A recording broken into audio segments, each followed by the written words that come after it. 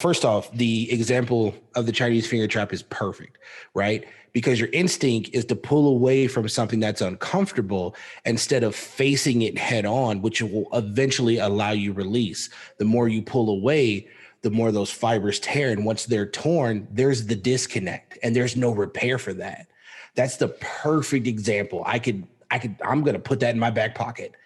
I appreciate you doing that. Cause yeah, if we take the opportunity to come together, it will allow us that release without severing a tie. That's that communication. I think the idea of burning it down is a good way to structure it, but not literally.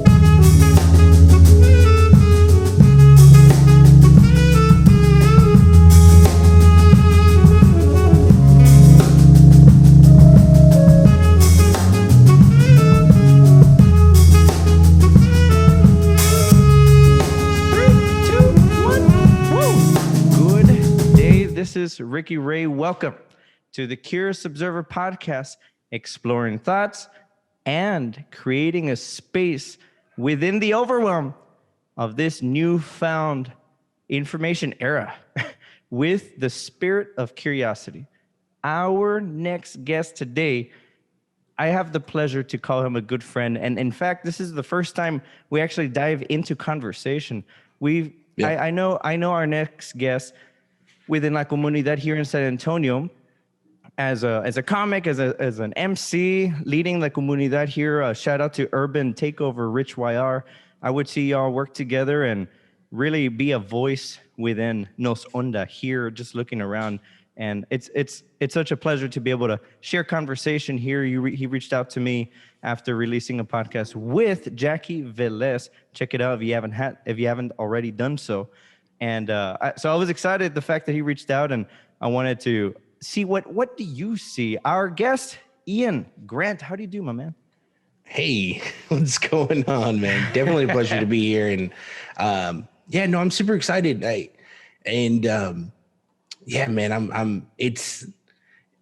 with you saying it out loud, I'm like, yeah, I kind of do a couple things, I guess. Heck yeah, dude. I've the presence that you bring, especially when you grab a mic, it's like, all right, I'm listening, man, I'm listening. So it's of course.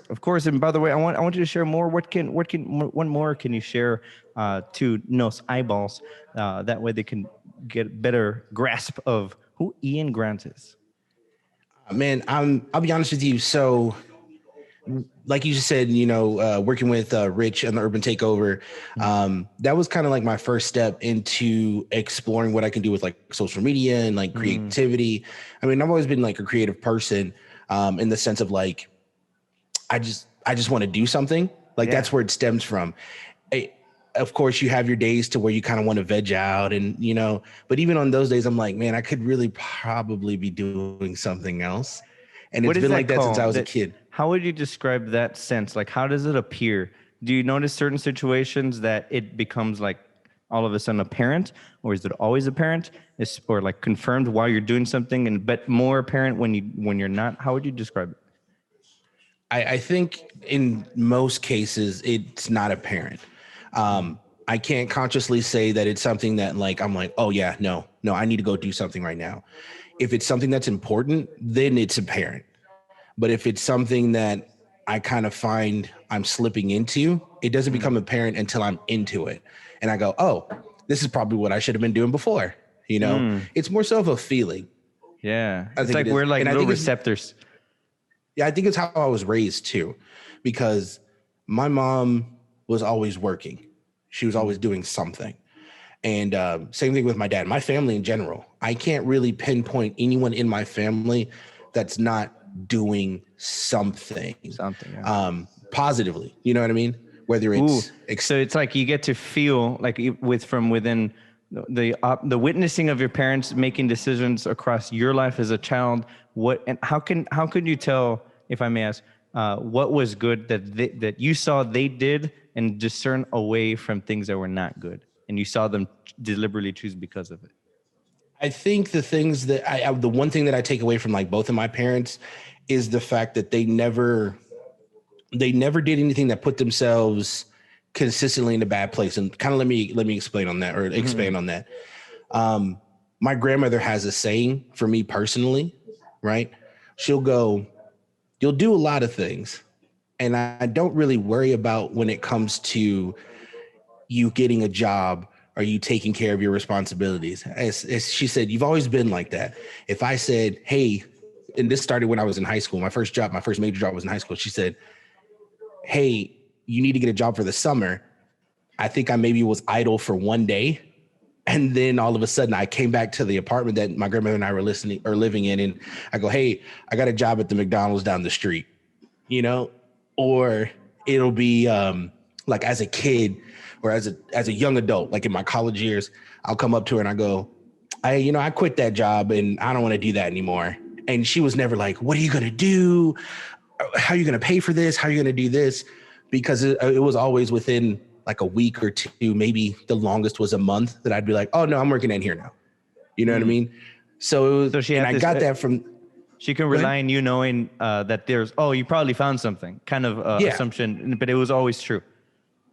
And I attribute that to, like I said, my mom was always doing something, she was always active, whether it was in our church when I was a kid or when she was just working, because my mom owns her own business. She's a cosmetologist. And so she owns her own business. So you have to hustle. Same thing with my dad. My dad would do his 9-to-5 job, or as I refer to it now, like his shoot job. And then he would come home and he would do stuff. You'd watch wrestling. He would, dub videotapes. He had his collection. Dub videotape? Wait, hold on. What's that? Especially in that time. What was that like? So my dad, and this is how I got into wrestling, which we'll probably talk a little bit about a little bit later. Yeah. But my dad would record on VHS tapes episodes of wrestling: Monday Night Raw, SmackDown, Sunday Night Heat, WWE. Yeah, vámonos, Royal Rumble. Yeah. And so he would sit there in front of the TV and he'd be watching it, and he'd take his remote, and when the commercial comes or right before the commercial comes, he'll pause the tape and then he'll record it so that you splice the commercials. Wow. And so brilliant. Yes. He taught me how to do that, which got me into wrestling. And I'm talking, he would do it with wrestling. He would do it with movies. I would say he has one shelf holds 15 tapes, and there's 3 shelves, including the very top on that unit. He has 15 of those shelves filled with wrestling and horror movies and all these things. How old was your dad at that time? I'm curious. So just he to was put it in doing perspective, within our generation today. I'm just curious to see. Yeah, he was doing it. He told me he was doing this when he was like 15. Like he was doing stuff like this when he was 15, and then it translated into my teen years, and so when I was like 15, 16. And so I'm sitting in front of the TV, pausing, you know what I mean, to record the episodes and stuff. You already knew the drill. Mm-hmm. He taught me how to do it. Yeah. What do you think? So, how do you think that shows that becomes apparent, that like frame of establishment that showed up in the labels of wrestling, TV, father son experience, and how would you say that frame also appears into the kind of need to do things today? On one end, and I think I realized this more as an adult, not more so then, it's a sense of responsibility, because he would go, all right, you're going to record Monday nights, and he would go do something else. And so I would sit there and do it. That was my responsibility. Or he'd sit there and watch it with me, and I'd be holding the remote and I'd do it. Or he'd go, hey, it's a Saturday, he's at work, and he'll call and he'll go, hey, I was looking on the TV last night, and The Goonies is going to be on HBO at 3:00. I already put a 6-hour tape on there. I want you to record it for me. And so, one, a sense of responsibility, 2, a sense of pride, because it feels really good when you catch the pause right before the screen goes black, when it goes into the commercial. When you aim and you catch it. Yeah. And I think those little small things and those little small moments, unawaring to myself or unknowing to myself, it was cultivating. It translates into what I do now. So, So that's how it feeds into the what's next factor, but not just anything for the sake of anything. It's something that bears meaning, just like the way more meaning between yourself and your father with comunidad. What is it that I can do that something that we can mutually find meaning through? And I think that the fact that there's an aim and there's a catching of that kind of aim, perhaps that could even be like once again, how y'all would do urban takeover every first Friday, right? And watching that explode, and watching the local vendors coming out from their other parts of their journey to become available to share a community event, And I thought that was so special, and that's how I know Ian, y'all. That's how we met. And something came to mind for me that I'd be curious to hear what your thoughts on when you're talking about the routine that came from, and we're going to go into the technology realm, how that kind of routine, I find it hard to imagine that being even a thing today, just merely by just send me the link whenever it gets released. Let me know. I'll watch it at my time, versus it comes out this time. If you miss it, you failed your job. And it's like you have to wait for the reruns or next month or, whatever the case is, right? Or when they come out finally on at the stores or Blockbuster, which it was always lit every Friday. I was a Saturday man myself. Yeah. You see what I mean? Like, it's some people never know that. How would you, I guess, how can you, what comes to mind for you in the kind of perhaps what has now been lost from those patterns? Even then it was arbitrary, because before television there was no such thing as tapes or recording or anything like that. So even then it's arbitrary. There's a new arbitrary of today in the roaring 20s. How do you think that the new patterns equate to what you experienced with your dad of today? So, and it's funny that you mentioned that, because anytime I go back into my head and I think about those times to where I was helping like splice tapes and stuff, and compared to, like you said, send me the link or I'll watch it later. The first thing that comes to my mind is convenience. I feel like we're a slave to convenience now, that any small thing that we would find as normal in our childhood today, it's a big change. It's like, here's a good one. Text messages, phone calls, emails, they're so convenient to get communication between one person to another. I personally find myself not going physically to my mailbox to check the mail for a full week. When it came to when I was younger, right? I can remember my parents checking the mail every single day. You know what I mean? Like, you have to, because you're going to miss something, And it was perhaps the equivalent, because what else, like if we were to look at our phones as a portal, since they didn't have this portal, what was the next best thing of a portal? Not best thing, but next best equivalent of a portal then, which was probably what we saw in terms of, they're always checking the mail, always checking the mail, always checking the mail. There's always this, like, caller ID. That I think that was it, because caller ID, answering machine voicemails. You look at your phone and you see, such and such is calling.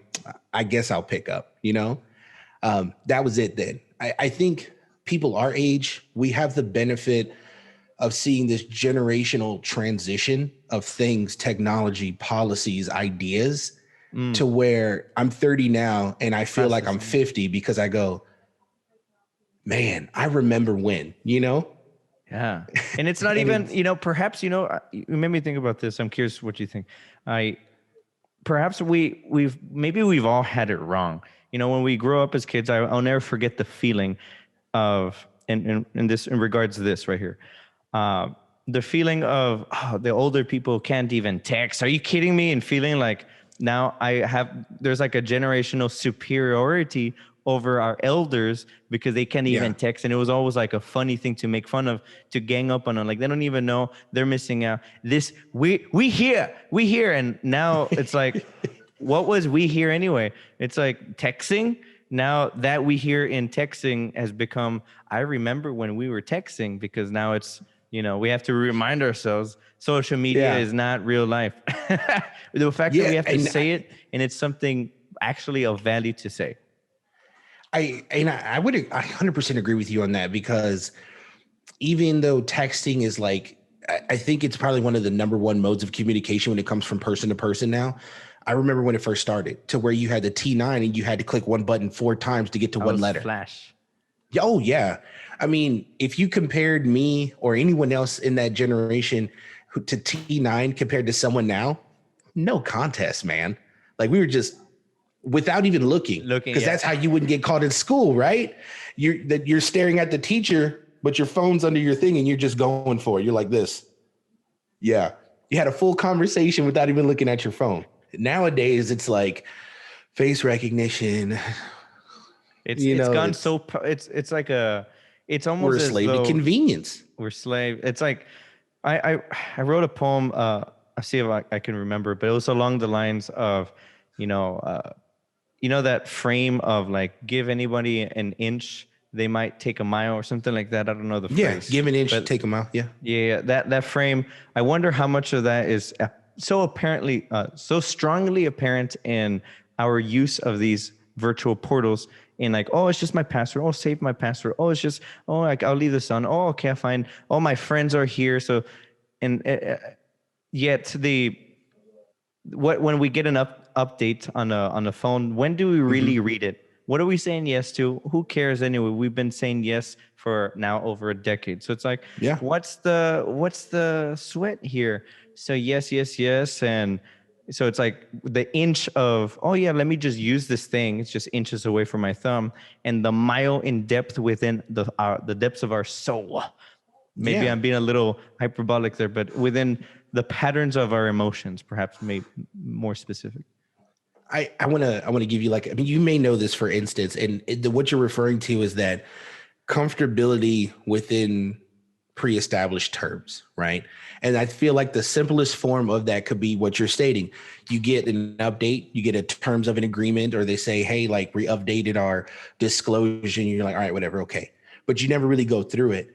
Mm-hmm. In 2010, Apple updated their terms and agreements to where in there it says legally you are agreeing to not use this product in the form of a weapon or bomb. And the only way that I knew that is because somebody sat there and read it and brought it to our attention. You know what I mean?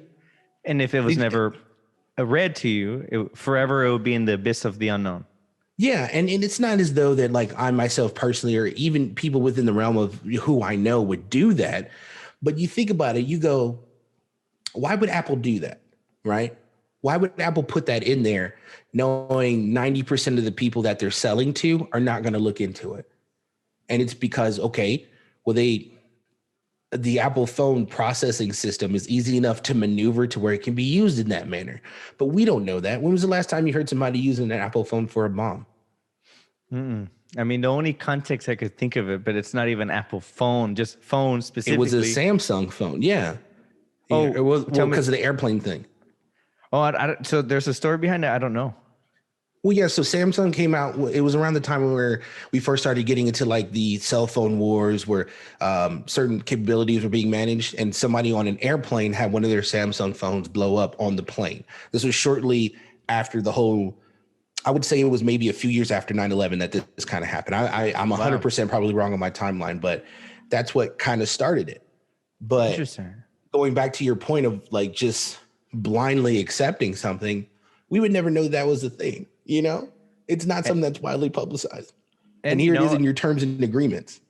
And at the same time, what comes to mind for me that I think someone might say is, well, of course they would say that because, what great way to, sign off on certain things that maybe under normal conditions, excluding that story, any sane reader would object to. But because that's the justifying factor, well, it's because just in case, even though it may not be you, but because we give that inch of just tapping on yes, the mile in terms of, I guess one may say the invasiveness of the collection of data of one's patterns and one's spending input, habits, location, all the inputs. Yeah. I mean, and that's the reason why I brought that up is because of that. If that's the simplest idea in the terms of agreements of an Apple device, what else is in there, right? That you're just unwillingly, for your convenience, agreeing to. There's a great documentary, I believe it's still on Netflix. It's called Terms and Conditions. And essentially, the takeaway from it came out in 2013, by the way, but it just screams so much light and truth into today and to the why Social Dilemma, which is another documentary on Netflix, that it just gives it that much more pow factor. Like, wow, this and that came out in 2020. So Terms and Conditions, that my takeaway was, if someone actually wanted to read the terms and conditions, they were essentially showing that here's a person that's going to read it. It would actually take you like 36 months to complete reading it every day if you committed to read it. But my question was, well, within the 36 days, isn't there like another update within it? So really, would someone take the time to read it before accepting? Yes. Now it's 2013. How many updates have we received? What is it that, what do these words actually mean? But hey, who cares, right? Who cares? It's inevitable because look at where the world is now. It's convenient. It's great. There's a lot of blessings. We get to catch up and there's all kinds of good things. And of course, because maybe that's the story of humanity, it involves the magnitude of blessings, but also are we not detached from the magnitude of messes? Yeah, definitely. I think in the idea of convenience here, I think it is it's the rose tinted glasses theory, right? Okay, so and maybe this is, yes. Yeah, maybe it's not a white theory. Maybe it's just a thing that my family says. Okay. But I have heard of people seeing life through rose tinted glasses. So kind of just seeing or floating through life with the idea of like, oh, I mean, it's not all that bad, which it's kind of not, but you're blissfully unaware of the potential negative or the potential threat or the because you might think you already have the information you need because it's through the glass. Is that kind of like the phrase? Yeah.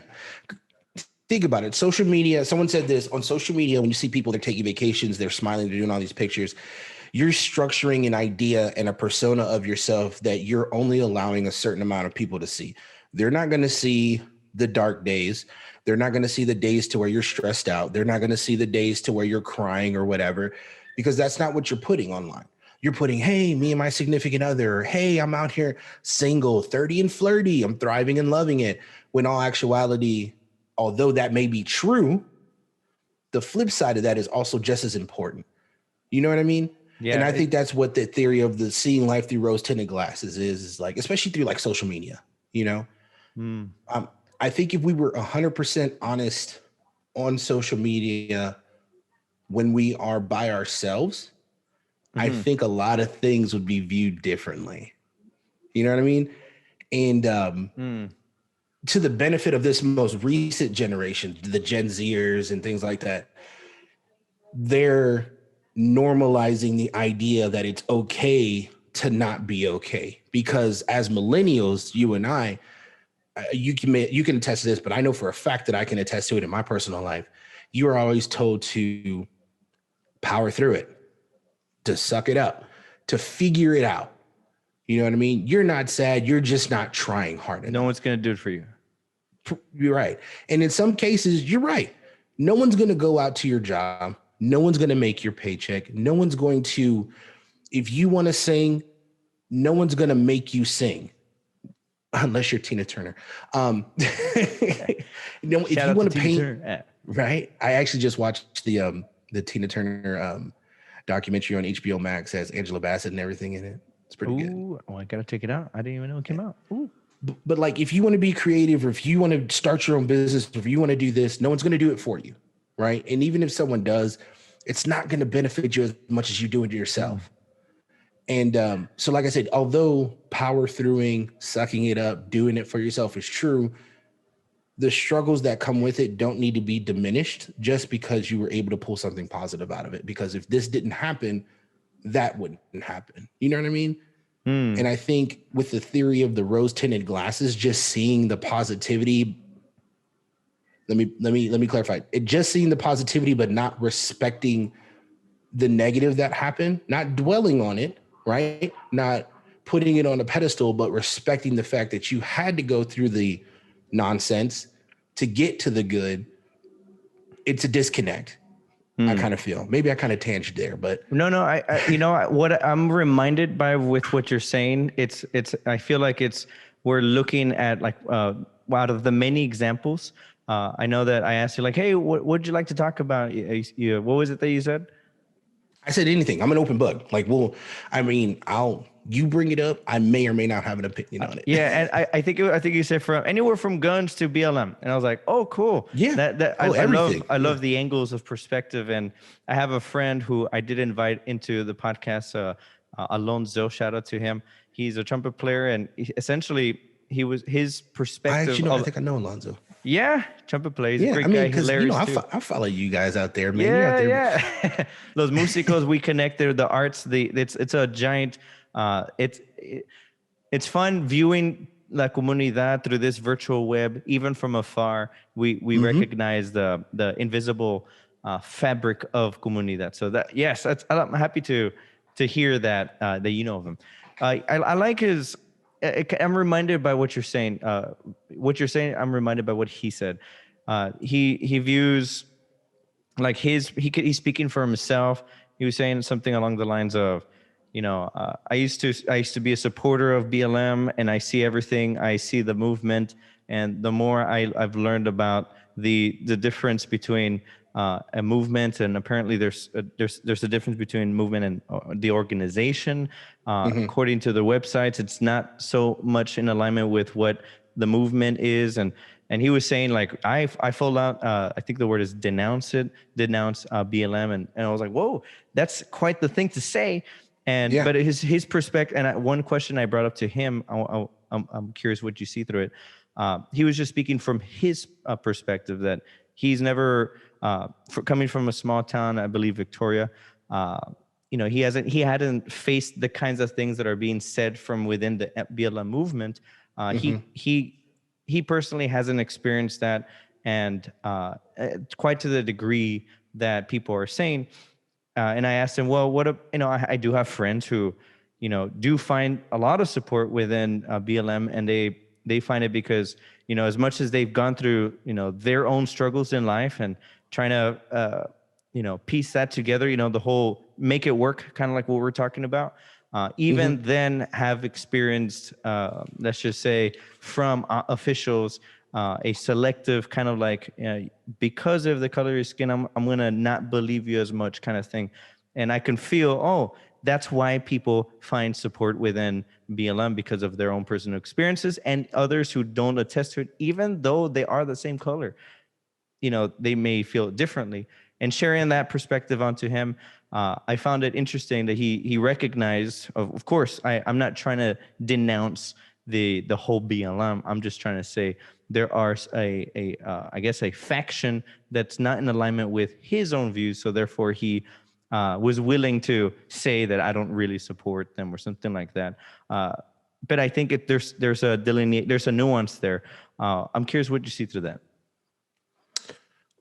Just to help me clarify, you're curious what I see about my personal involvement or thoughts, or what he stated? I guess both. I would like to say both, mainly because of what you're talking about earlier, which was that our generation, we're more inclined, from what we were saying, we're more inclined to, make things work. Let's, what were the words that you were saying?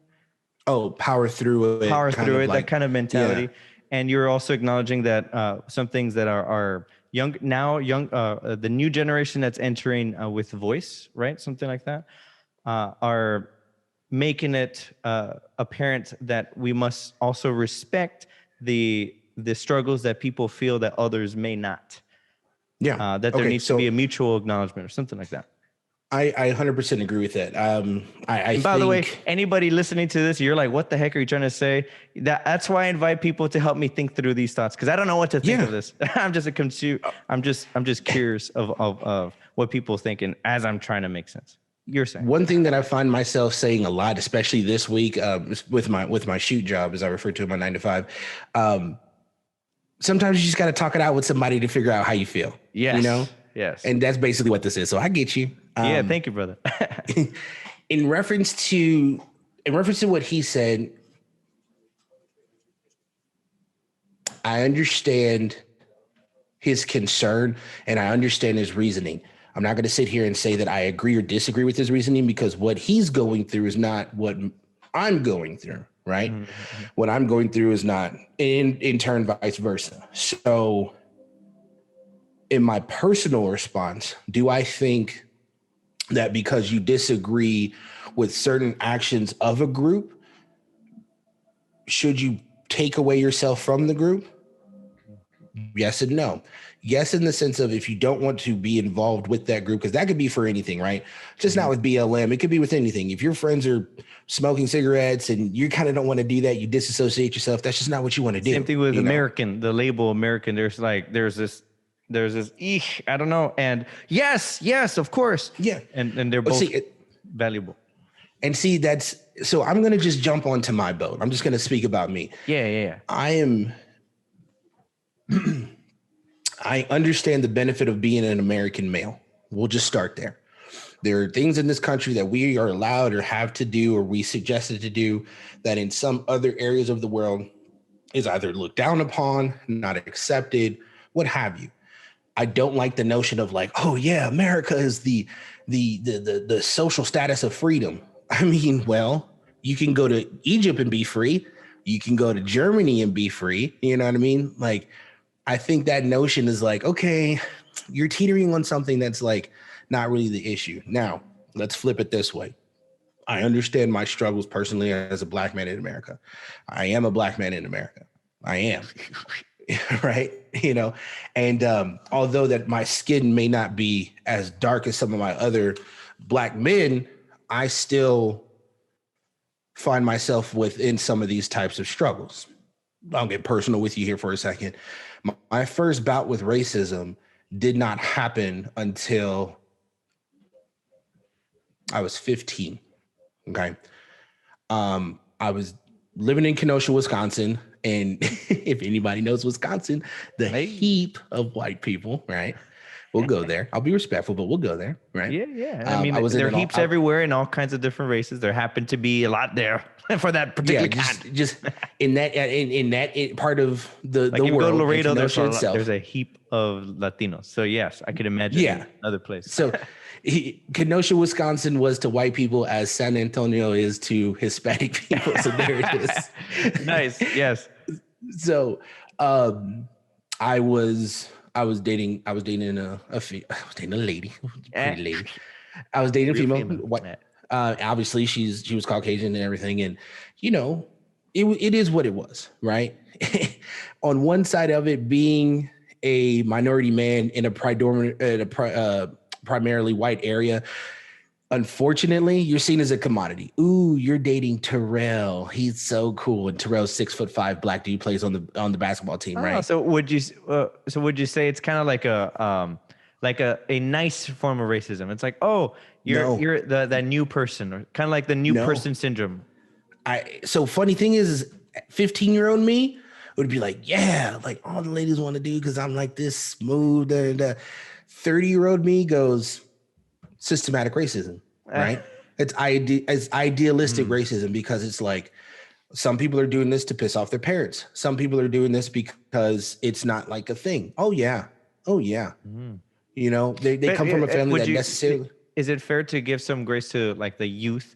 Like, for example, like for me, I don't know if there's parallel with what you're sharing here, but I remember as a Latino, Hispanic from Laredo, all I've known is people who look like similar to myself, and with variations, right?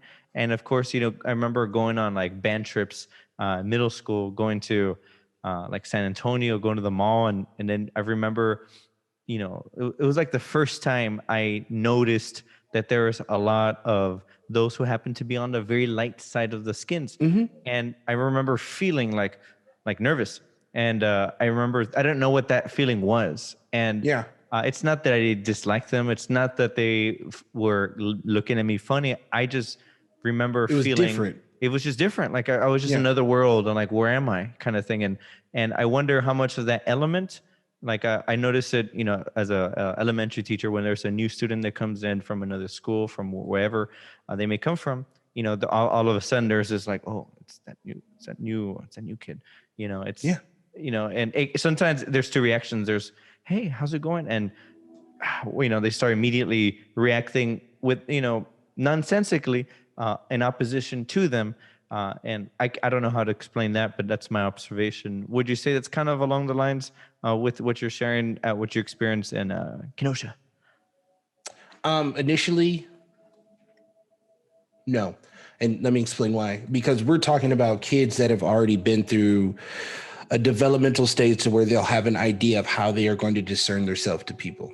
Like the thing about elementary school kids is that those small kids are, although depending on their household, they're taught a certain thing or they're formed to a certain thing. Those kids are still kind of have that like primal or pure ideal when it comes to meeting a new person. Like you said, there's only one or two options here. You're either going to undoubtedly embrace this new person, or you're going to oppose opposition to them. And that's kind of the base level, right? You know what I mean? You're either going to accept it or you're going to deny it. Yeah, like I've noticed those who happen to be on the nicer side of the spectrum happen to be like, there's like a sense of like, oh, I've been shown how to be nice to people. And those who don't, not always, I'm not going to say, I'm just speaking from my experience. Those who are in the oppositional side of reaction, it seems like there's like a sense of not strong sense of order at home in terms of like, when you meet new people, this is how this is how you do it. It's more raw, so the reaction is raw, and it could be quite savage. Right. And like, that's what I was saying. Like, so compared to the situation that I'm experiencing or that I'm relaying to you, as opposed to that, although it's somewhat similar, the advantage, if you will, is more so on the older side of the spectrum, because you somewhere along the line, you have the training, you have the knowledge to know this is how you act in public. This is how you are, whether it's how you are Still presented to yes. things at home. Right. Yeah. Whether it is how you are presented with new situations at home, or if it's something that you've learned within yourself, powering through it, kind of just figuring it out. So kind of just to double back, because there is a reason why I mentioned that too. What you have previously I tangled this whole thing. Just so you know, anyone listening, I tend to do that. So that's why I'm doing this. So I can get better, because I recognize that there's some moments I'm like, oh, I found a good, nice little thought here. Cool. And then I could get all freaking tangled up. So I appreciate sometimes you just got to jump down the rabbit hole. What's up? Say it again. Sometimes you got to jump down the rabbit hole. That's what it is. And it takes you like a vortex, man. But aquí está. So you wanted to tell it. So yeah, dating this woman. She's Caucasian. I'm a black male in this society, and my first bout at racism was after we broke up and then got back together. And her boyfriend, who was also Caucasian, was angry that He was jealous. Yeah. Well, yeah. One that they broke up and that she got back with me, and two, that I happened to be a black dude, but that's not how he said it. This is the first time, and I share this story a lot, because it's powerful for me. I remember it's 8:30 at night. We're watching a movie. He comes banging at the door. I jump up because when I hear banging, I'm just like, yo, what's that? How old are you? I was 15. So he's banging, screaming at the door. She goes, oh my God, it's doo-doo-doo. Just stand over here and, I'll handle it. Here comes a little so punk she's kid. Pretty much. She's talking to him through the screen door, and he's yelling, and he sees me, and he's yelling obscenities at me. And, he goes, I can't believe that you left me for that N-word. And I'll do this to him. He was and I'll do that to angry. him. He was not, to me, I'm curious, what do you think? This guy is just trying to say things to piss you off, and I want you back because you're my babe. And he beat me. I'm going to say stuff because I'm a whiny little baby and I haven't grown up. That's, I mean, right. So as of right now, being older, that's exactly what it was. And he was saying things that he knew was a dagger. That was the first time in my life ever that somebody called me that slur. And when you're young, And you're going to receive that blade, man. I did. And normally person would do fight or flight. You know what it is? Mm-hmm. And normally in those situations, I'll fight. Like I'll battle back. But with that small little dagger, I find myself from the point where I was standing 20 feet back from where I was. Mm. That small little small little word. It made you reflect so deeply about the history of where that word, how it's been used, would you say? Before that moment, Ricky, I never, ever in my head realized the pain. I never, ever in my head realized the struggle. It seems like in that moment, everything that we're mad about now, that's when I learned it. That small little word that backed me up. Yeah, the magnitude of it. That small little word that backed me up 20 feet from where I was standing. That was it. Little 15-year-old Ian, damn. Yeah, little 15-year-old Ian experienced his first major adult situation. And you felt the racism things that were so, like, when we're kids, we don't think in terms of, oh, you're this color, and I'm just speaking from my own experience that I don't see that. I see that there's more of like, who are you? Oh, what's your name, kind of thing.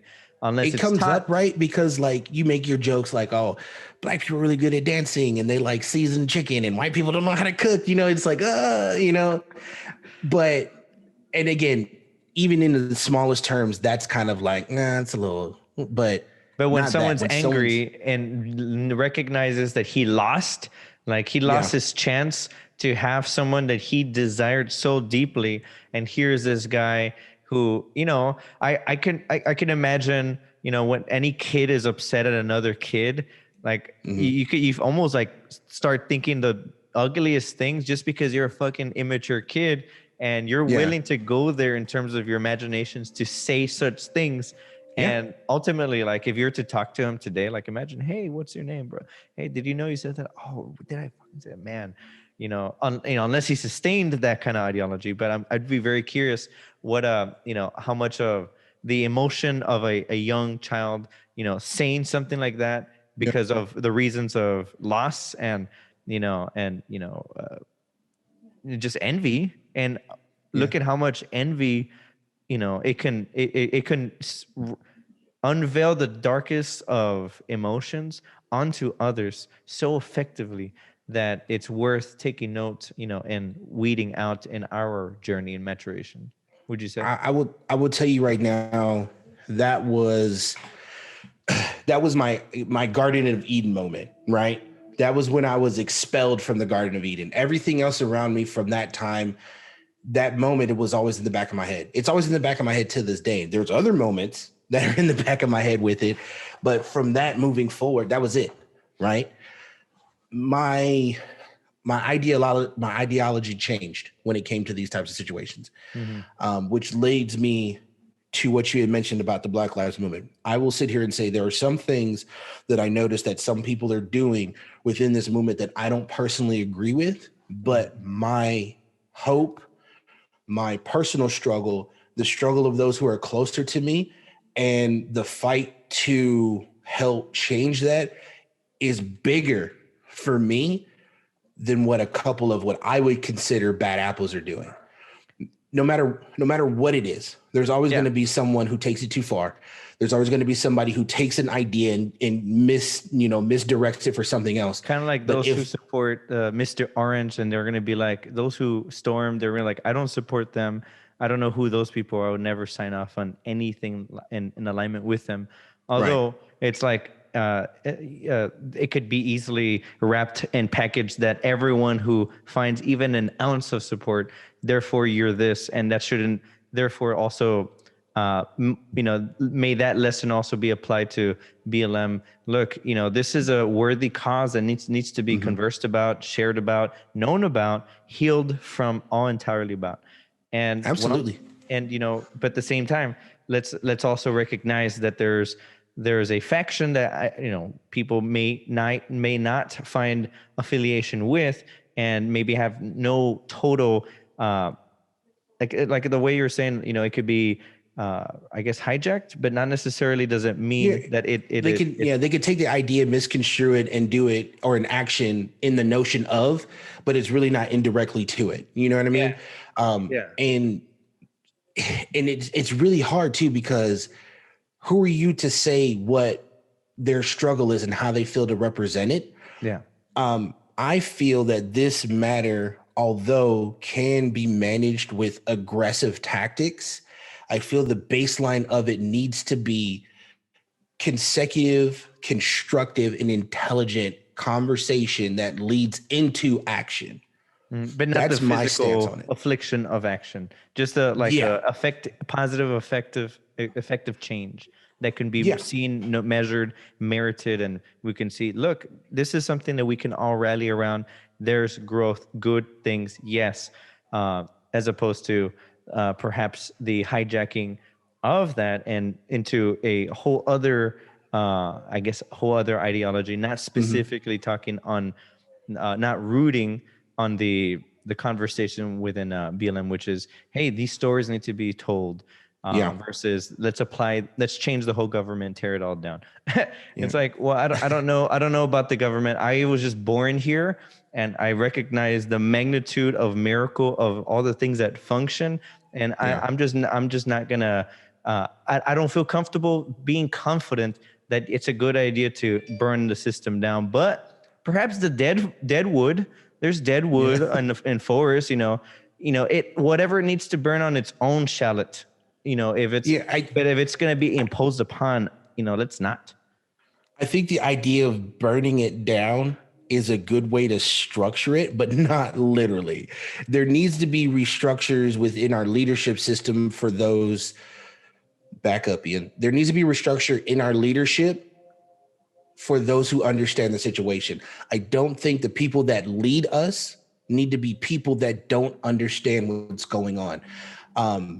I think those who are leading us need to know personally what's going on out here, whether it's through experience on their own personal or through their family. How else are you going to enact change if you don't know or experience what needs to be changed?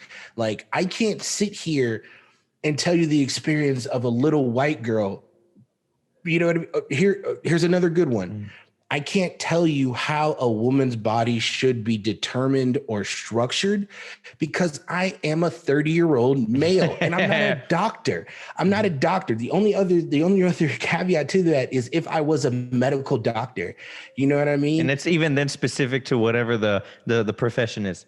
Exactly. So who am I to sit here and say, no, I don't think a woman should be doing that, or, oh no, they're not allowed to do this? That doesn't make any sense because it does not affect me.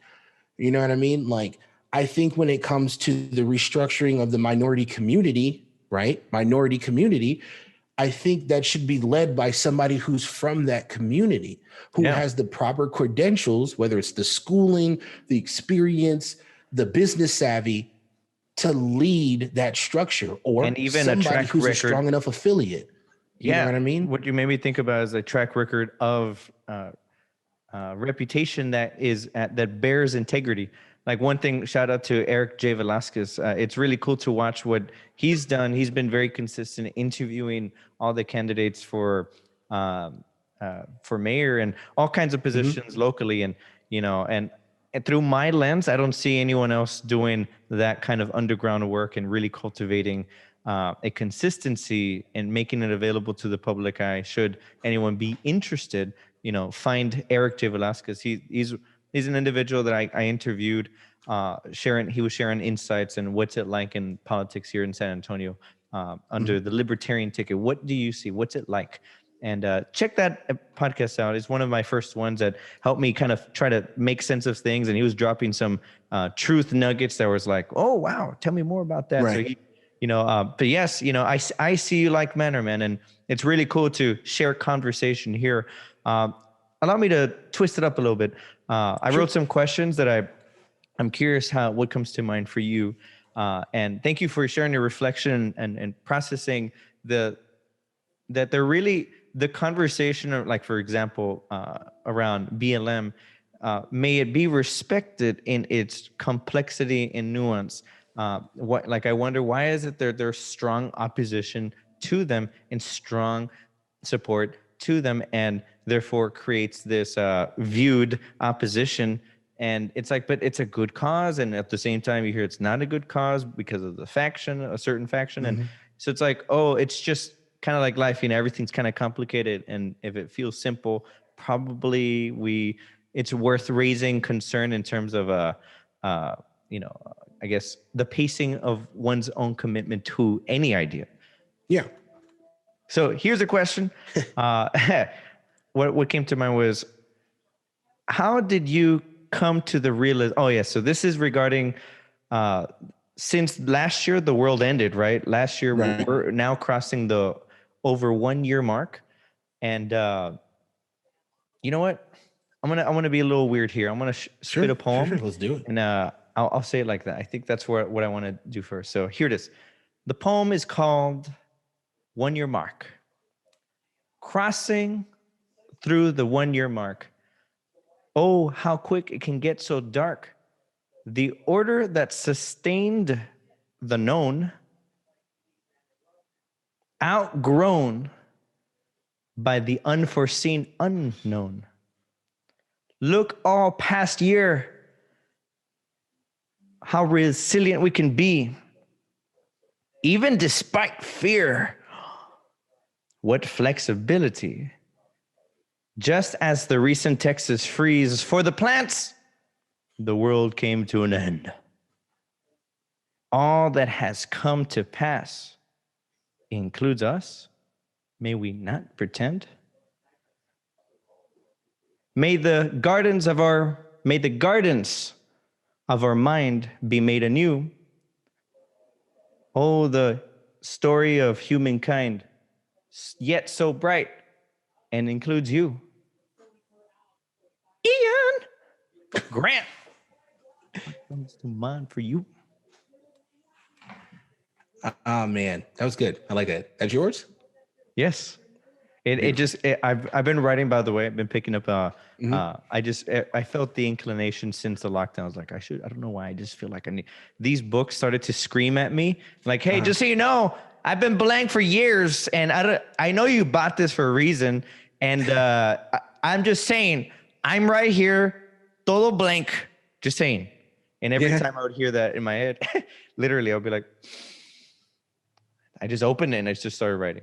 I didn't care what page it was. I just started writing. Just start. I just said start, and it just starts to take its own kind of shape. But don't let me. So it's actually funny that that was your response to that, and because essentially that's kind of my response to this past year, right? In reference to your poem, right? Things anew, like our thoughts of the known transitioning into the unknown.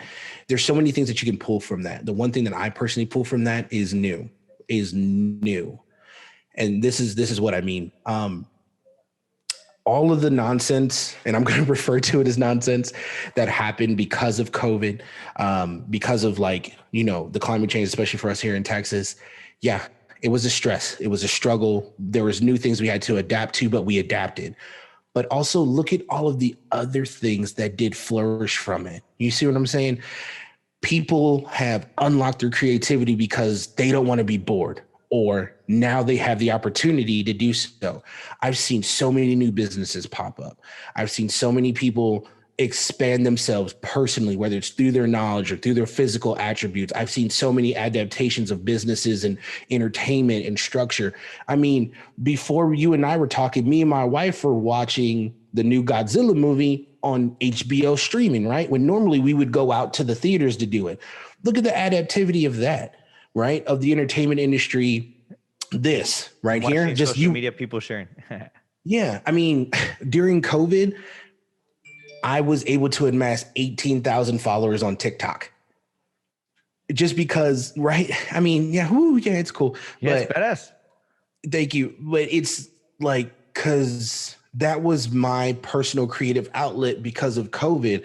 That's how I viewed interaction with other people because of COVID.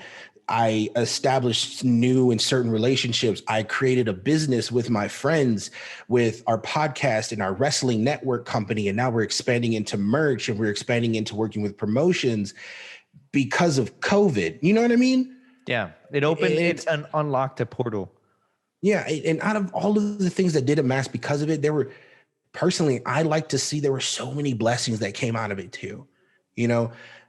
And on a better note, other than just the things that you're able to do and to see and to open up to, I think an appreciation of those around us was enhanced.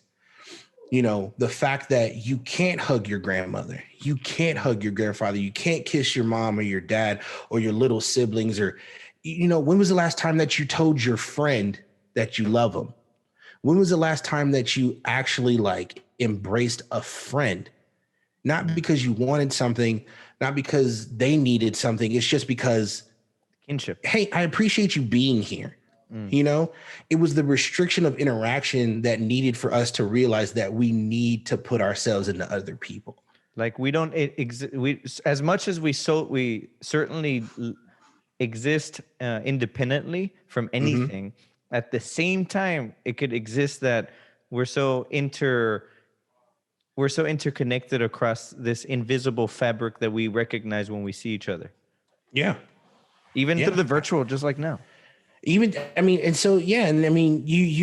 have the opportunity to still see somebody through the virtual, but then when you get to experience them within the natural, it's powerful. It's like, you know, I just texted you, I just called you, I just had a FaceTime with you, but you're in my house, you're standing in front of me, we're sharing a meal, a drink, a conversation.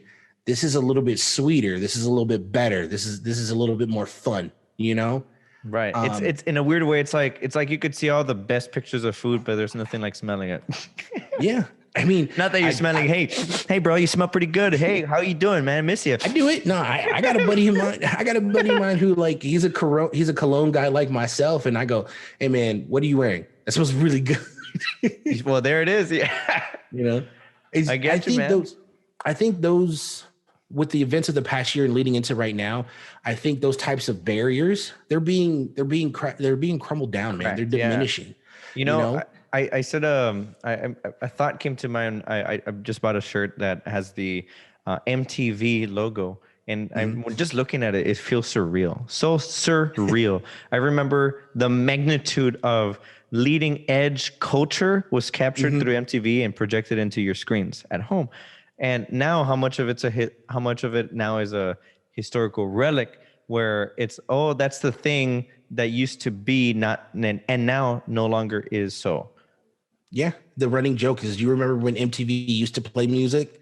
You remember when music television played music? That was great, you know? And, you know, it's only because the medium changed, the technology shifted the portal of access. And, you know, along that thread, I wanted to ask you this question, especially because how much the lockdown, the quarantine made that shift. The question is, how did you, Ian, come to the realization of the historic dire straits we were initially entering? Like that first moment of like, oh shit, this is for real. How things were getting very serious in the way we approach our day-to-day. I think so. I can actually attribute this to my wife, because as soon as all of this started happening, and then with the election and stuff, she had CNN pumping all the time in her house. She would come home, turn on the news. And when you see the numbers rise, and when you see your city, right? When you see your city among those short list of increased numbers of like deaths, not just cases, deaths, you're taken back, right? Because it's easier to have an opinion on something that's happening somewhere else. It's harder to maintain it when you're in the smack dab middle of it. And you walk outside and people are wearing their mask and they're wearing gloves and they're going to lengths to protect themselves. See the signs that says, you know, must have a mask to walk in. It's like, oh shit. Yeah. Must have a mask, limited to this many people. Amber alerts. all this stuff. I've never bought so much hand sanitizer in my life. There's a hand sanitizer in every single one of our rooms here in our apartment. Everything, yeah. You know, and then your interaction with people, you're limiting it to a couple people, and then you're asking them questions that you never would. Like, hey, have you been exposed? Like, you've been sick? You know, new conversations. When that's your norm, right? You're kind of like, you know. And for me personally, I didn't want to do anything. I didn't want to, like, I was blessed enough to have a job that lets me work at home, right? So my home life is still fine. The lights are on, the rent's paid, you know. But you hear the monster afar.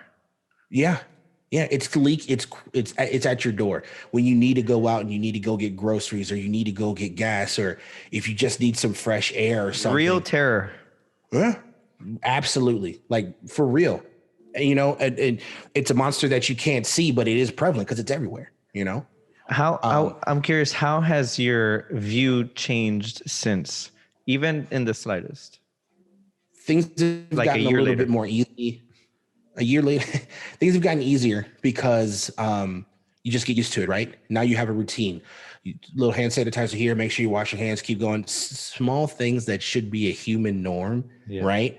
Keeping yourself clean, washing your hands, don't coughing at people.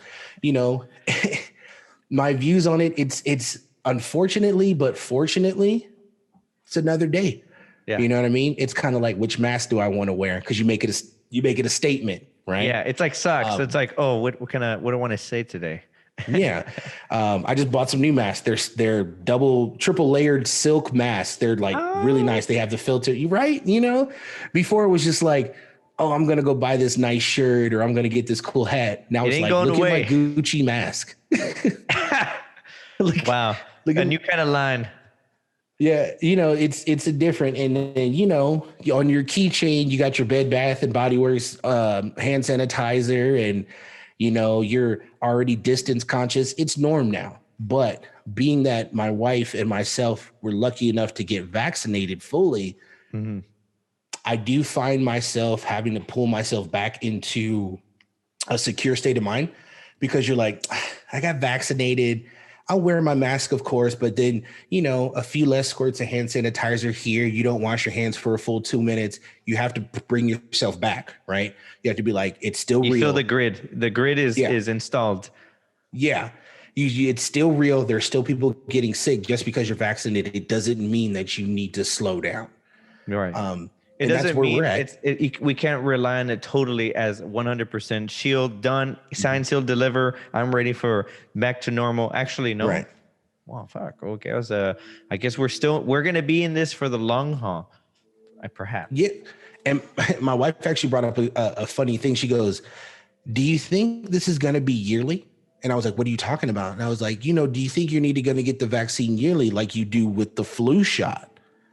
And I was like, well, that's an idea, because people get the flu shot every single year because there's a new strain of the flu, and they're talking about new strains of the COVID. Are we going to have to get these shots every single year now with the flu? You know what I mean? Yeah. And on top of all that, it's like, this is now the new conversation. Like, it used to be, oh, who's in the Super Bowl, or what's the movie that's coming out? And I guess it's making its first appearance with, you know, with Godzilla and King Kong. I wonder if that's because of the cultural value it outdates through generations. And it's like, oh, 2021, better graphics. It's going to be that much better. So it's worth, even though we're in the midst of all this kind of mass overwhelm of information, confusion, and, you know, pandemic, and wait, we're at war. Wait, oh yeah, we still been at war. What's going on? I don't know. And oh, this movie, I can rely on that.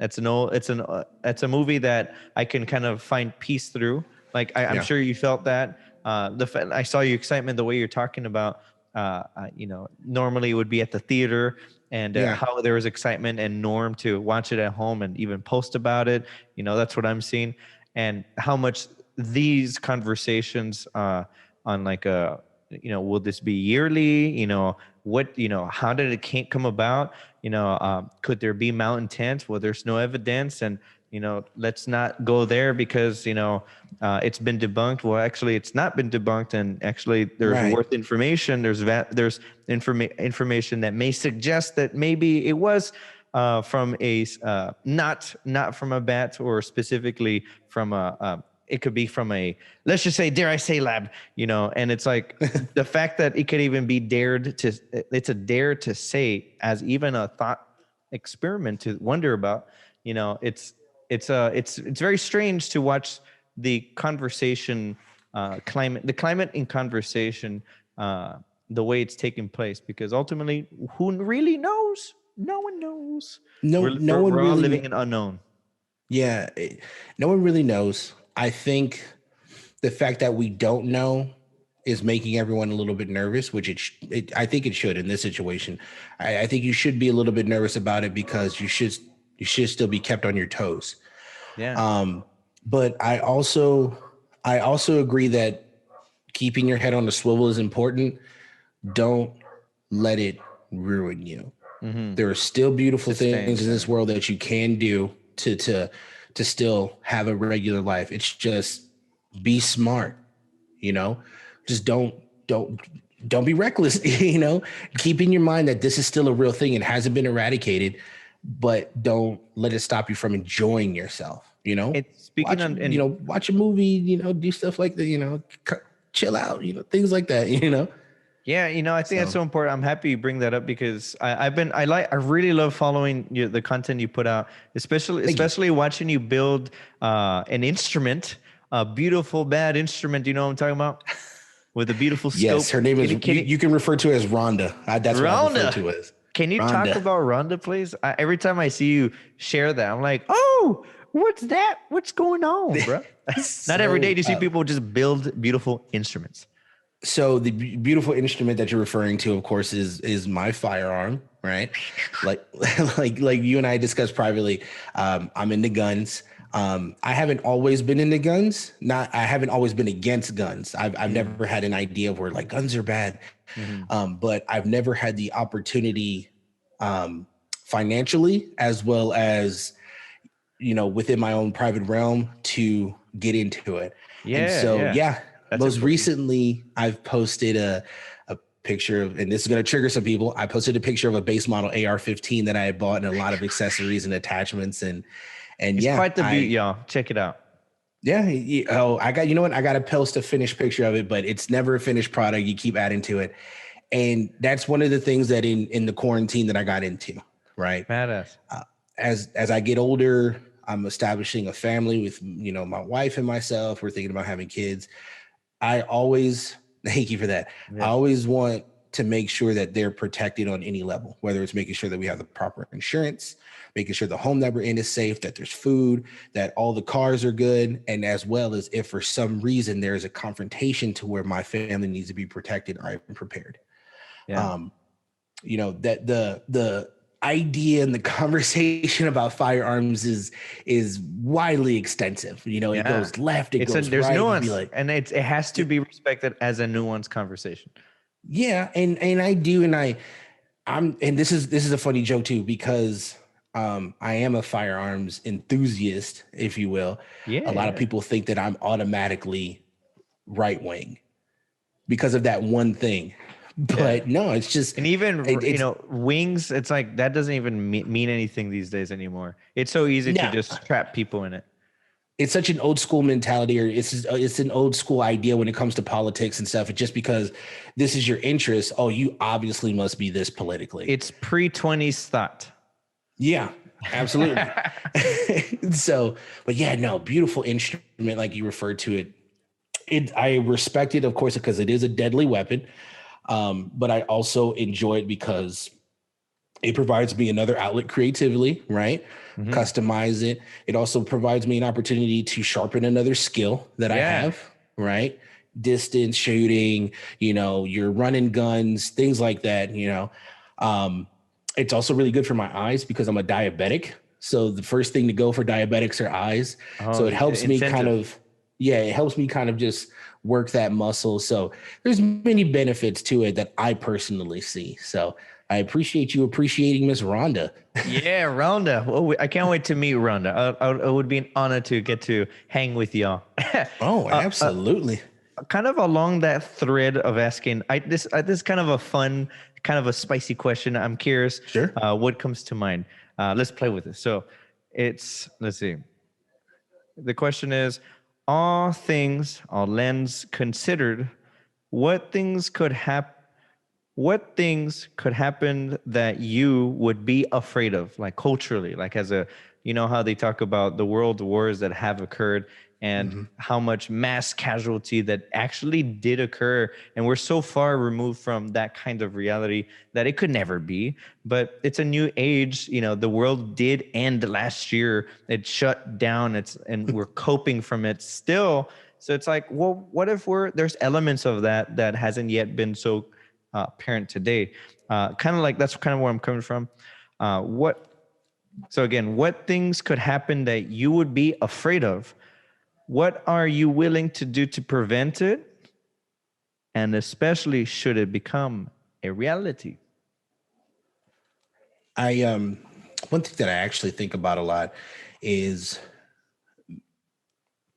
I don't want the idea and the situations of mass violence to become a social norm. I think that's what scares me.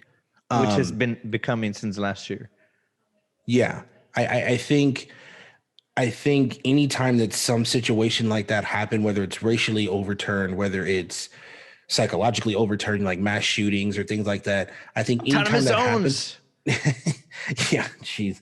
I think that anytime that happens, I think it needs to be held to the highest regard.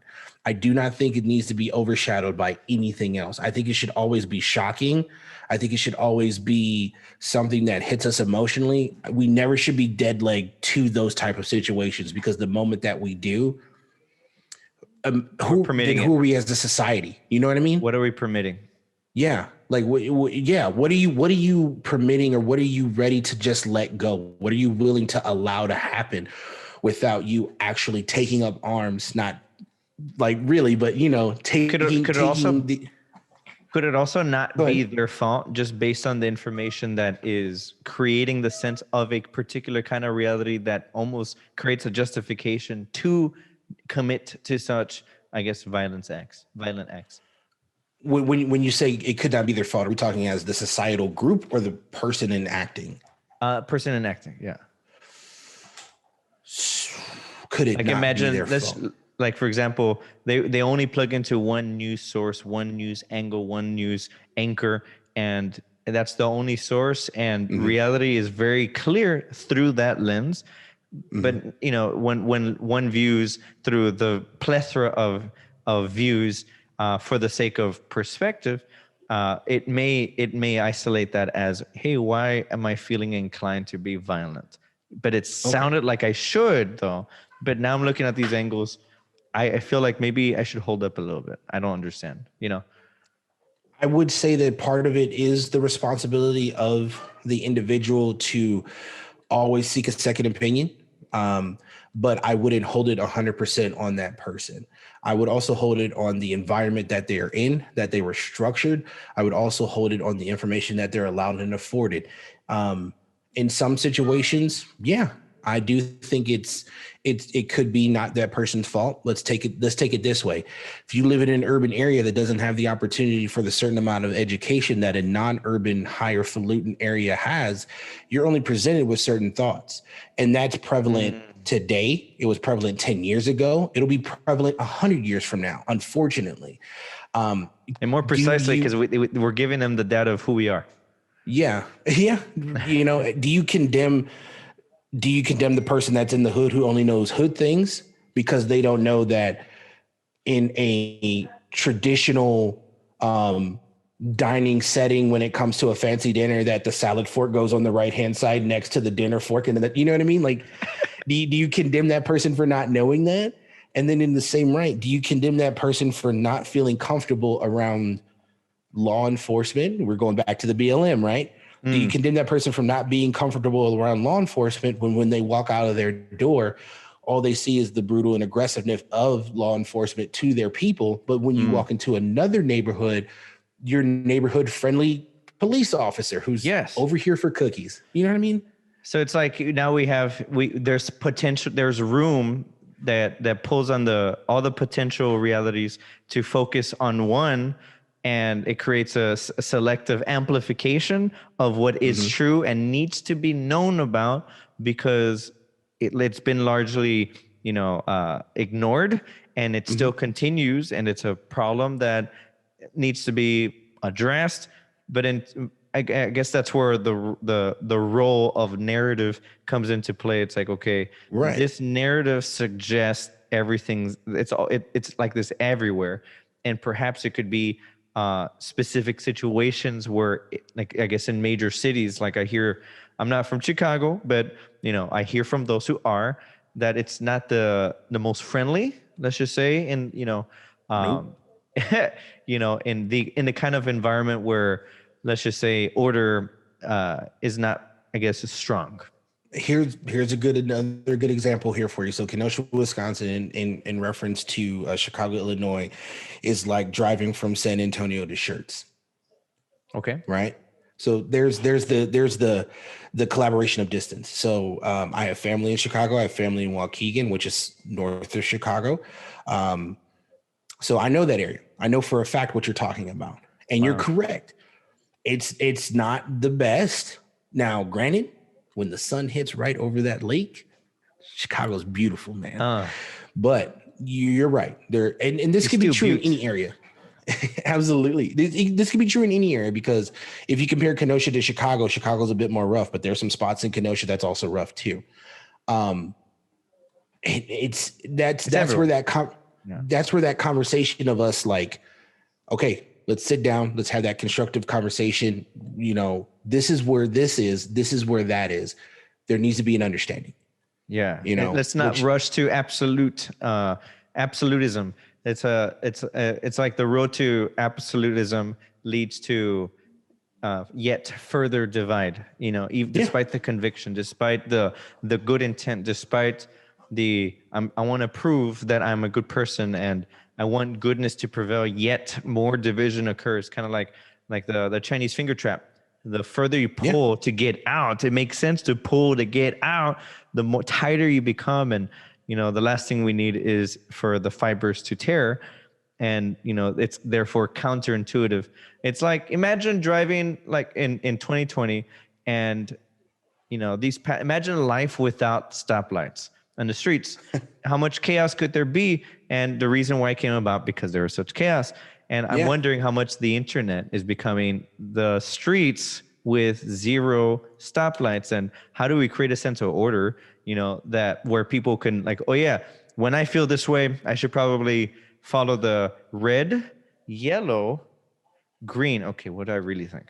Am I taken up by that thing, or am I really processing through the stoplights? I'm improvising this thought here, but no. And you're making 100%, at least to me, you're making 100% sense. And if you're making sense to me, you're making sense to a lot of other people too. Help me unpack that.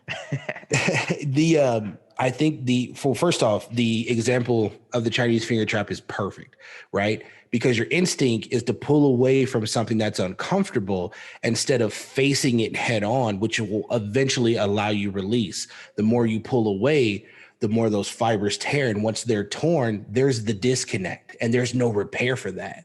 That's the perfect example. I'm going to put that in my back pocket. I appreciate you doing that, because if we take the opportunity to come together, it will allow us that release without severing a tie. That's that communication. And then this, as opposed to that internet analogy that you placed, the caveat to that is, how do we police what's going on through the internet without providing the opportunity for us to be censored in our free speech, right? And I think the caveat to that and what's happening already now, or the benefit to what's happening now, is accountability, right? I'm a huge YouTube person. I watch it for research. I watch it for entertainment. It's a portal to all the infinite variables. Absolutely. You can find anything on YouTube, anything. And which is good, right? Because it's a wealth of knowledge, it's a wealth of understanding. it provides you many levels of different things that you can do. I learned to clean out the water in my horn when there was like a lot of floods in San Antonio. The water got in there, and I couldn't. It was time for getting the car inspected, and they're like, "Yeah, sorry, you're gonna have to, get a new horn." And I was like, "Oh fuck, what do I do?" And I went on YouTube and I found every single detail unpacked, and I followed it, and I fixed it, and I cleaned it, and it got inspected. So yes, how much it affects reality. The point. I learned how to build Rhonda on YouTube. Like I learned how to build it, what to pick, what to look for, what I'd be comfortable with. So yeah, it's a wealth of knowledge. And the good thing about that and the internet itself is that when a person does, let's say, run that internet red light, there are certain people that hold them accountable. They're not a specific group of people, but they're people who see like, yo, that's not right. You need to be called out on that. You know what I'm saying? And I think that communication is key. I think if we let things go for it. I'm sorry. I think if we let things go unchecked, one, that's when we allow certain things to become normal. Ooh. Also, if you, man, I really don't want to do this, but it's a really good example in my head. Go. If okay, I'll G-rate it. If your behavior is detrimental to a certain group of people, right? Sing it. And no one calls you out on that behavior, you're going to think that it's correct, right? But in all actuality, you're doing an injustice to yourself and to a large group of people. If you don't if you're not held accountable for it, how are you going to learn? And two, how are we going to know that this is not correct for other people watching? Prime example, To Catch a Predator with Chris Hansen, right? Chris Hansen, yes. He's making a comeback. Granted, Chris Hansen's most recent action within the years on how he established his business has not been the best. We cannot deny the fact that he did bring a situation that is hurting our community to the forefront, to where people are now G-checking, as I like to refer to, this types of behavior. That's an example of one of many. Right now, let's say if that, not him specifically, because there are other people, but let's just say if that type of behavior went unchecked, how much harm, like that predatory type of behavior, whether it's to minors, whether it's to women, whether it's to men, whether it's to animals, anything, that predatory type of behavior, if that went unchecked, how would that person know that it's wrong? And they're just continuing this habit of just destroying a community, destroying a person, and all these repercussions that happen that they're not realizing because they went unchecked.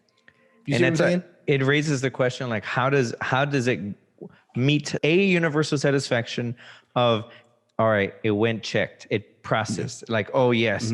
And I'm reminded by like the question, who gets to decide, right?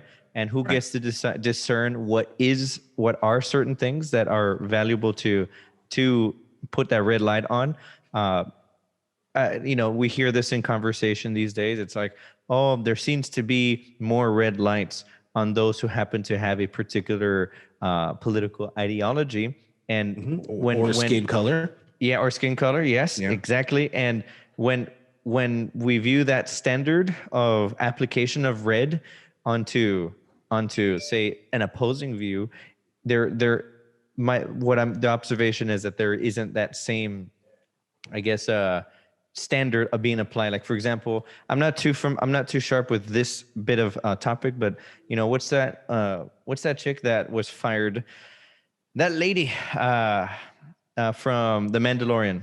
So as you've probably heard by now, Gina Carano has been fired because of the post on the right. Apparently it was deemed too offensive, and not only does she lose her jobs with Lucasfilm and a quote-unquote spokesman come out and talk against her, but her talent agency and on drops her. Apparently, though, the post on the left, that's A-okay. Both of these, they utilize the same tragedy for political comparisons, but only one of these is deemed offensive. So you can see this in front of you here.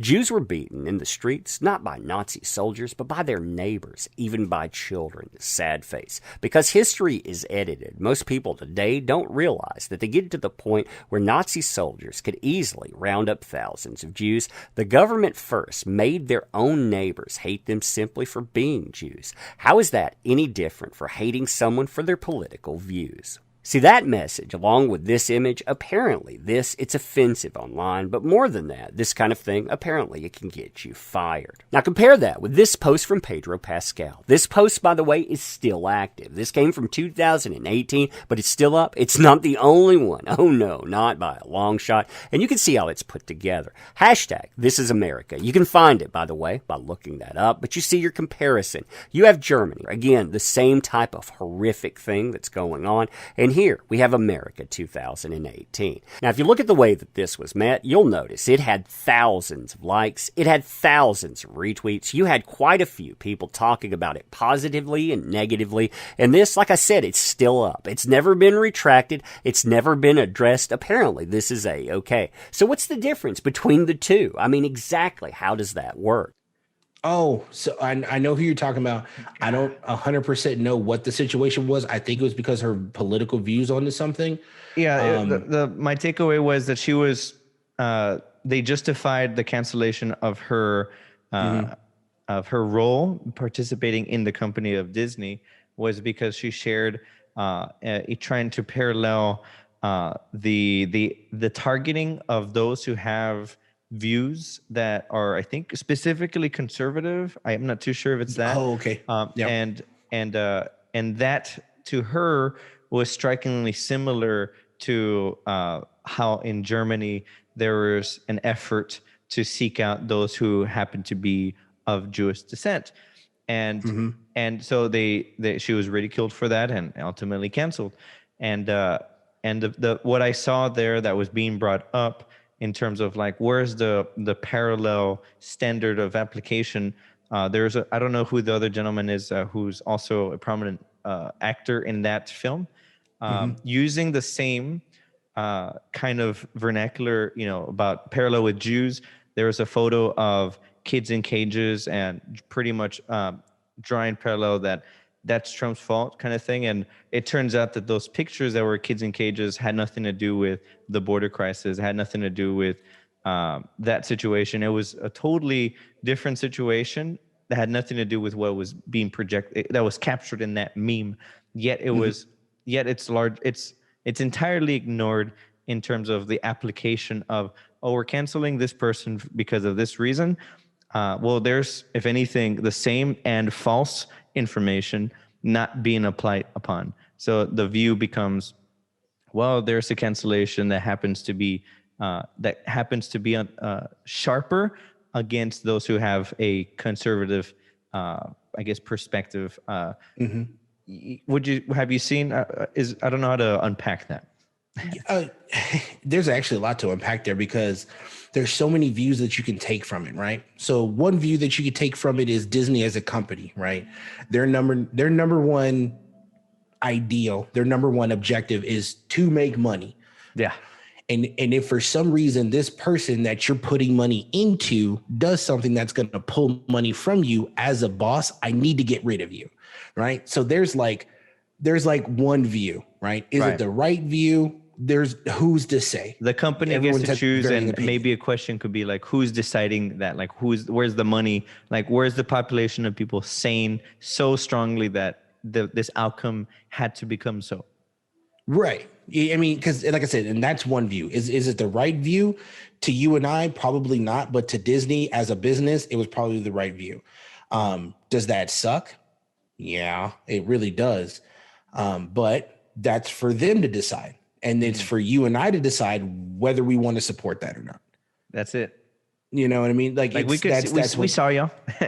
Yeah, it's more so of just like, you can either still log on to Disney Plus and still sing your Disney songs and just keep going about your day, or you can stop. Those are your options. The other side is okay, being that in today's societal view, when it comes to social media, regular media, things along those lines, your interaction with people, I do believe that the conservative side ideal is less popular than what's being trying to promoted. So a mass amount of people, I don't really want to say hive mind, but their collective ideal, which is the same thing as saying hive mind. Loud voicing that could be heard. Yeah, the loudest are willing. The loudest voice in the room are those of the non or less conservative side, to the point to where this business needs to get rid of this person. Based on feedback. Yeah, which makes this person who has this conservative view feel as though that this is the reason why, which on one end it is, because you're conservative and 75% of our viewers are not. We got to get rid of you. On the other end, it's now you're not making us any money, you know? And then if you jump on the other side of it, this person who has a view that aligns with the masses, although being it incorrect, the loudest voice in the room, unfortunately, to this business is saying, nah, he's right. You're still drawing my money. So you see what I mean? There's I'm angles. reminded by like a classroom situation where, say, a kid wants to get another kid in trouble. Teacher, and they're very loud, and they might even be, they might express loudly to the point where the teacher prioritized paying attention to them over the other kid who's quiet that didn't do anything. It's like, what did I do? It's that old school saying, the squeaky wheel gets the oil. That's what it is. It's so true though, right? The loudest person in the room, the loudest group of people, the loudest person in the room is going to get the attention. Why? Because they're pulling it. And that works in so many views. Is it right? In some cases, yes. In some cases, no.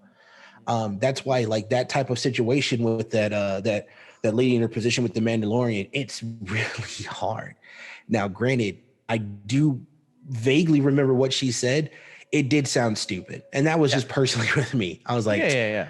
And It's like, don't be drawing parallel with Jews here. It's not the same. Yeah, you could have said that a little bit better. You know what I mean?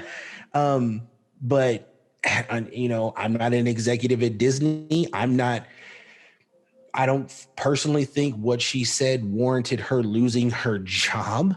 Do I think what she said was stupid? Yeah, it was stupid. But but specifically, the other one was like, okay, so it's like, if we're gonna let you go because of this reason, well, if we were to look at this reason and apply it, well, who else would be fired?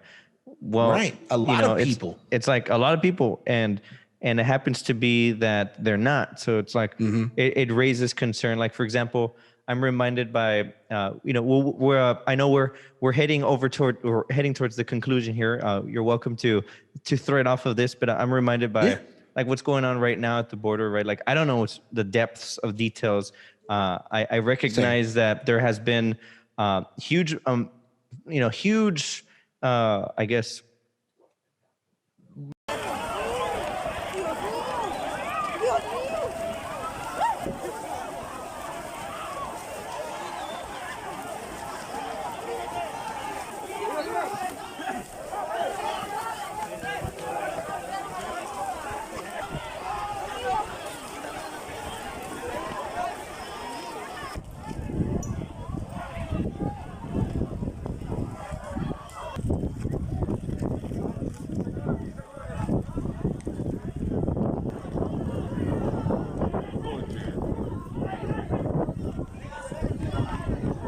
Numbers of people crossing all the way south of Mexico into Mexico. And, I remember watching footage by the thousands and thousands. It's crazy. Just full of breaking through barriers, breaking through police, Guatemala. And of course, now apparently they finally made it here. And the just hearing the word that there's been a breach, and it's like, oh, what does breach mean?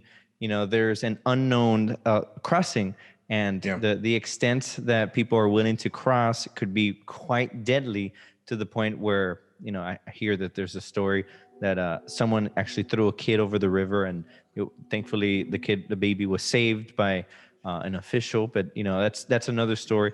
And I don't mean to interrupt, and I do apologize. Just thinking that as a person, my concern doesn't go to them coming here. My concern is what's leading you to do that. Yeah. And what can we do to make sure that that doesn't happen? Not that you coming here doesn't happen, that what's causing you to do, because nobody risks. Wow. Yeah, hey. Nobody risks life and limb and to get to a certain place unless there's something on the other side that is promoting them to do that. So what's the problem here? Right? I don't care if you come here. We're here. come on through. Like, let's have a party. But And what's wrong? You know what I right. mean? Like why what's, like, sure, the conversation is like, oh yeah, there's a process to go about it, and sure, it's quite difficult, and yeah, it's quite deadly to just get over here, and it's not just some nice trip to make the miles stretch with yeah. how much resources, how did you make it all the way? It's like, the real question underneath that debate, perhaps it's like, what compels you to Yeah, like what's commit? leading you to do that? Because just from hearing what these people have to go through to get here, these are not weak people. And if just going the schoolyard mentality, when you pick your team for dodgeball, you don't want the weakest person on your team. So if these people are going through these lengths to get here, we're not talking about weak people coming here. So come on through. Let's be strong together. But tell me what's going on. We need to know what's going on. And you know? along that, it's like, I find it, I'm curious what you think of this. What happened in Boulder, Colorado? I don't know the details. I just saw that there was a Russian conversation, like, Rush, look at what's going on. And then a sudden disappearance when the name of the shooter came out, and it drew corollary with, oh, the person was not white after all. And they're still doubling down that actually he's still white in another kind of way. I was like, well, apparently he's from Syria, and how many weeks ago was it where there was an unleash of bombings from our In country Syria. into Syria? It raises the question: well, who's crossing into? How much of a percentage of a realm of possibility could it be that there may be those within those who are hard workers, those who are good people, who are wanting to live the American dream and manifest their dreams? Within that, it's like water, right? It's like there's much as water is flowing through, there's also a bunch of other things in the water that you can't stop. Once it's breached, it's like there's also things we don't know. And I wonder what takes priority, the story that must be heard, which is, I came here for the dream, and how much should we prioritize ultimately, who else, is along, who else is in the midst of that wave of undetectable within the undetectable, That's so hard, right? Because now we're talking about policing, you know what I mean? Which, I mean, you never know someone's intent. That hardworking person who's coming from Mexico, who's coming from somewhere else, who's coming into the US to just make a better life for themselves and their family. You never know if something down the line is going to snap to where they turn into that person, to where they do harm for whatever reason. As a forward-thinking human being, and as a person who tries to see good as much as they can out of people, you don't want to think that, right? You really want to think that people really have it good for themselves, or at least want to do that. But then you cannot be ignorant to the fact that there are those who just want to do harm. That's all they know. So that's a hard question to that's a hard pill to swallow. It's a hard question to answer, and it's really migrating to think about, because there's so many things. You could call for like better screening options at the border for these people. Okay. And, it's like the same thing about what they're talking about with better background tests for people who buy firearms, right?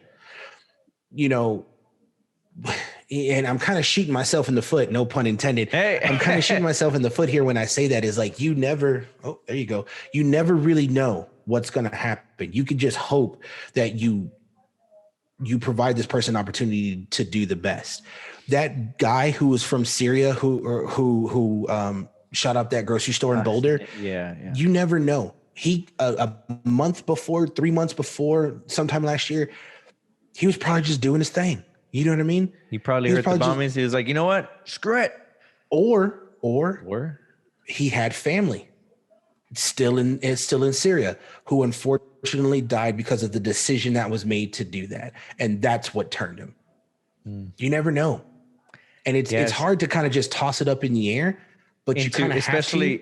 Yeah, especially with like to me, I feel like we should just be at the point to be able to just let anybody in. But there's also the reality of the unknown of like, anybody coming in.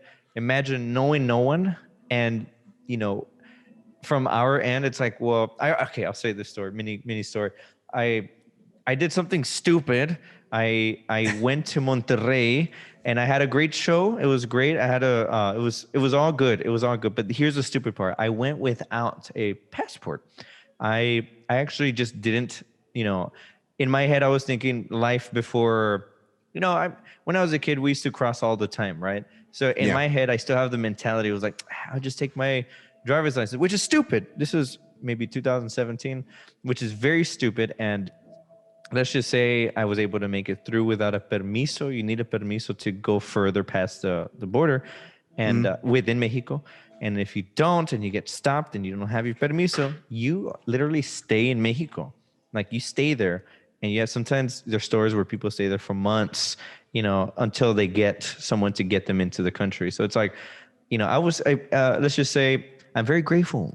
I'm very grateful. I could have easily been there. And thankfully on the way back, we were not stopped. There's two groups of us in the band. And the first group, which was myself, no stop. The second group, yes stop. So if I had gone with them, well, anyway, I get here, I cross and we're walking and I only have my license and ask for my passport. And of course, just being stupid and naive, I'm just like, well, I had a band, I have my saxophone here. And the guy was looking at me like trying to figure out, are you from here? Because, people could learn to sound American perhaps. And just the things that I was just sharing of my experience and what I was going through and how stupid it was for me, the guy felt convinced. I'm like, yeah, you're from here. You're from here, but don't do that again. It's like, oh fuck, sorry. But my other friends who, let's just say were more nervous than me, there was a lot more, questioning because I wasn't the only one that did not bring a passport. So let's just say there was a lot more resistance, but everything was good after all. But yeah, it's I appreciate your eye and exploring through that, these portals of thought with regards to what's going on down there, because it's clear that the current discourse around it wants to pull apart, and perhaps it's okay to be in the, well, I don't know. It's fair here, it's fair there, and can there be more space for this? And maybe through time in here, it could further be unveiled and clearly versus ignore it, like how quick we were to kids in cages in the previous administration, and in the second wave of migrants, that vernacular isn't being applied equally. And to me, I'm just curious as to why that's so. I'm curious what you think on that. I think it's because not enough of us are willing to just have the conversation. Honestly, and there are those who are. You can't let them do it. Yeah. There are those who are, and there are those who aren't. But there's not enough of us who are willing to do it. Like the majority isn't willing to sit down.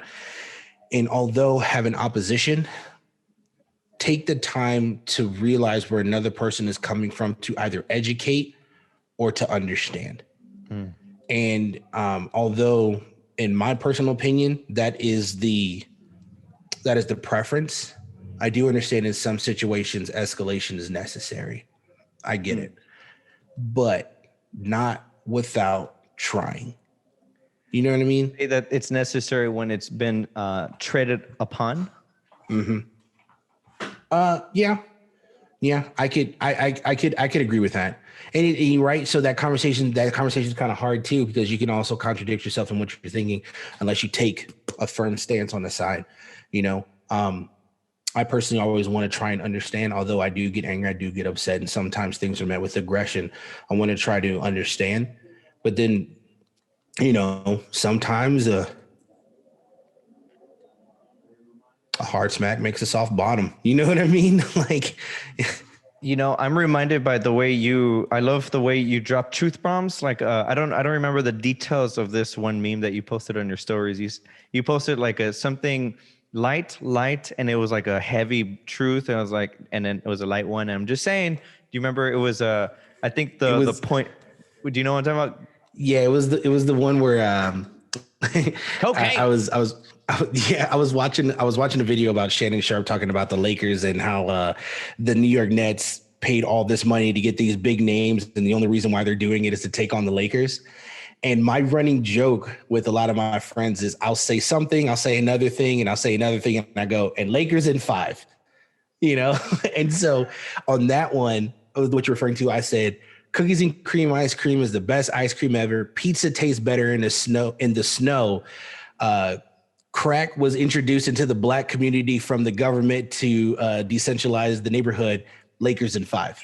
That's what I said. I love that you did that because it shines light. The words are light. Information is light, and you casted light on something that it was like, wait, an operation for my own government? No. Our government it's one is of those here things to do where good it's like, things. Yeah, it was like, can we go back to that last thing you said? And you're like, oh yeah, pizza tastes better in snow. And you're like, no. The other thing. Oh, how the government planted crack into black neighborhoods to desocialize And they're like, really? Yeah.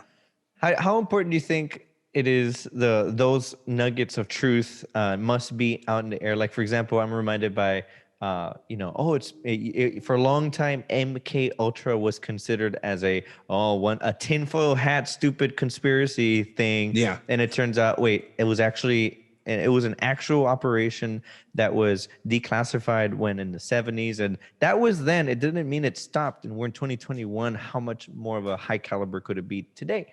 Exactly. Those little nuggets of truth need to be happen because they keep us level. Yeah. Right. It goes back to what I had said before about seeing the world through rose-tinted glasses. It's nice, it's pretty, and it makes you feel good. Oh, this thing. You're right. Yeah, this thing makes you feel good. It's it's your safety blanket. It holds your attention. It gives you the views you want to see. Yeah, but that's not reality. Now, is reality all bad? No. The world is beautiful in many, many forms. Yeah. But it also could be very dark. And I think the reason why it's so beautiful is because it can be so dark. You see what I'm saying? Crossing into the 1-year mark. Oh, how quick it can get so dark. Yeah. But look at all of the great things that did come out of such a dark time. May the gardens of our mind be made anew. The story of humankind so bright and includes you. Man, you brother, thank you for your vibes. To conclude our vibe here, we need to do this again. We went over time, but I appreciate your vibe, man. Yeah. Where can we find you, man? I have this one last question, but where can we find you? Share all your plugs, all the things you're involved in. We want to know how it is that your light is shining. Oh, man, I appreciate that. So, I mean, if you want to follow me personally, you can find me on Instagram is the best way to do it. It's at your boy Big. That's YABOIBIG. Same if you want to follow me on TikTok and see all the craziness there. But the biggest and most important thing that I'm doing right now is working with the High Spot Hangover podcast and the Brother Network here with our local wrestling or Texas indie wrestling industry. You can find us that on Instagram, again, the High Spot Hangover podcast, as well as on Twitter. And if you're loving the podcast nature, you can follow me on Google Play, iTunes, Spotify at the High Spot Hangover podcast. You can listen to all of the amazing wrestling things. We go under pseudonames. I'm personally Christopher Hayes. I am but one of 4 wonderful gentlemen that just love to sit and talk about wrestling and pantheon of other things too. So yeah, definitely those are the most important places you can follow me, man. Wow, thank you. And be sure to plug in, y'all. Be sure to check out what's going around us around here. And of course, while we're here, be sure to smash that like button. Make that gray, from gray to blue. Let the world know that there's vibe here that resonates with you. Share with someone that you vibe with, even if it's just one person that you're like, hey, bro, sister, what do you think of this? Are these kind of weird topics? Perhaps you may even share these kind of conversations. So share this with somebody. Hit that subscribe button. Make that from red, if it's not already, gray. Make it gray. There's that there's that little bell. Make sure it's solid so that every time there's a new upload, you get pinged by the pocket mosquito. Oh, there's a vibe going on. Hey. And that's the plugs I want to share here with y'all. And the question is for Brother Ian, is this. Yeah. How may we be better arbiters and advocates for peace in our daily conversations across the spectrum, ranging from our tongues to our thumbs, especially during times of tribe, or should I say tribulations? I love that question. I think the best thing that we can do in any form of communication is to make sure that you realize that you are loved, right? To make sure that those around you know that they are loved. I say this when I was doing my own personal podcast, Big's House, and when I do a bunch of other things too. I like to say this: if nobody's told you today, let me be the first one to take the honor and say that I love you, and there is nothing that you can do about it. And if we can just uphold that message with those who are close to us, and so that they know, I think that small little gesture will take them the additional 100 miles. And may that shine in our our deciphering of trying to see what is true and what is the holistic truth. And we ultimately need each other. This trying to drink up the water of the whole ocean can't be done by one belly alone, and even not that just came through. I'll let it there. I think that's a good place to leave it. Y'all, good day, good vibes to y'all. We'll check y'all out